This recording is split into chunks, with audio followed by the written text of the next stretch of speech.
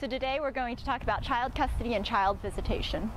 So I've picked a park for us to shoot at, and one of the nice parks is very close to my office. Sometimes I'll come here during lunch break or on my way between errands or after court just to take a breather. It's just really beautiful and peaceful. We've got the skate park, the basketball courts, which we'll be walking across shortly.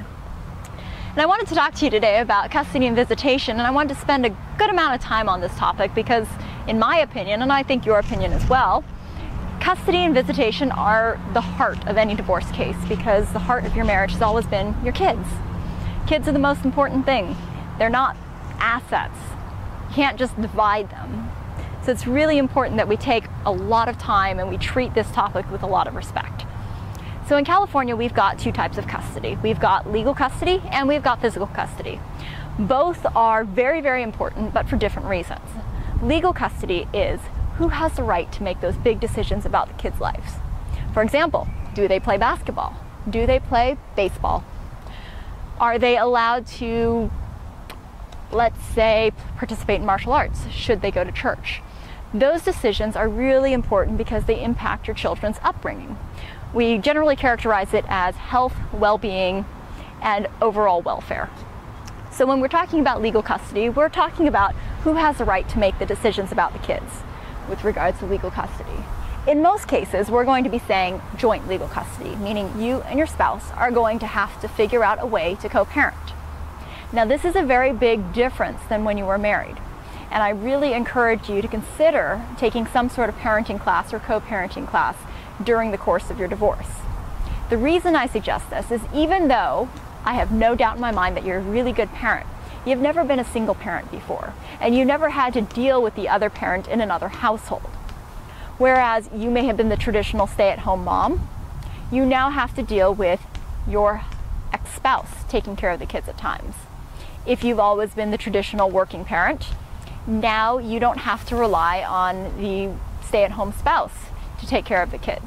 It's really important to understand that when we say joint legal custody, we do mean equal responsibility. So it's a new realm for you, and it's an exciting realm, and it's a really positive thing that can happen for you and your kids. But that doesn't mean you're perfect at it overnight. Just like everything, we need practice, we need to learn how to do things, and you need to give yourself a little bit of slack. So when I say take a parenting class, it's not because you're a bad parent, it's because you're experiencing something new. And I am absolutely 100% confident that you'll do anything you can to be a better parent for your kids. When we talk about the topic of physical custody, that's essentially where the children live. Where do they primarily reside? A lot of times we hear this term called primary physical custody or 80-20 physical custody.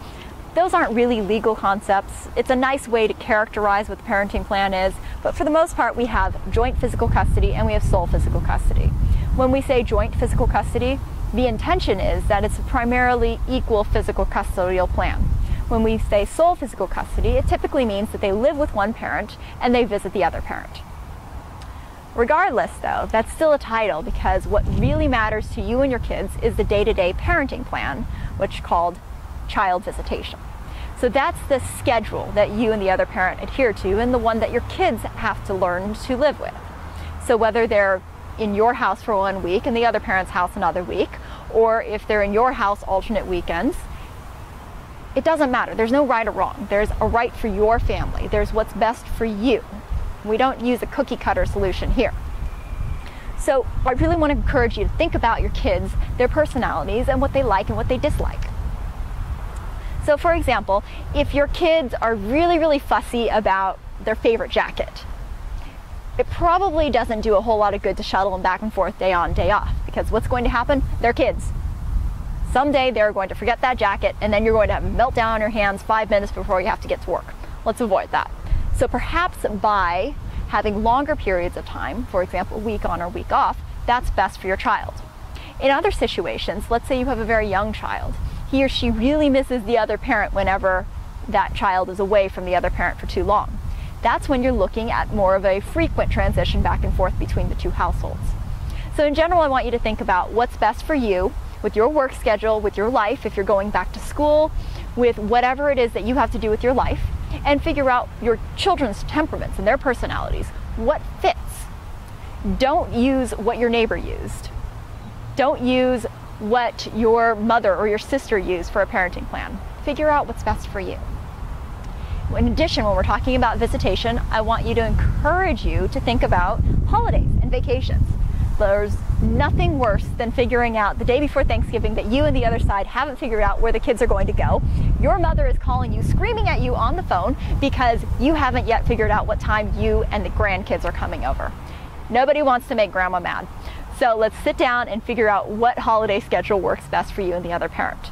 In general, the rule that you're looking at is half of the time with you and half of the time with the other parent. For the most part, if both of you value a particular holiday, let's say Thanksgiving, then you're going to have to figure out a way to rotate it year on and year off. Some people like it so they spend half a day with one parent and half a day with the other parent.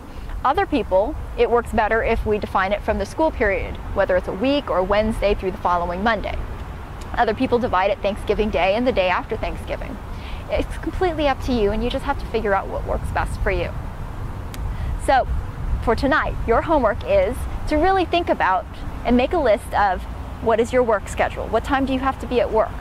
What's the last time that you can pick up the kids from childcare? What about your spouse's work schedule? What about your school schedule? What about extracurricular activities? Map out what works best. Figure out your children's personalities and start coming up with some proposed schedules for you and the other parent. Not saying you have to adopt them, I'm saying start getting your mind focused on that area. So have a good night, and we'll talk again soon. Thank you.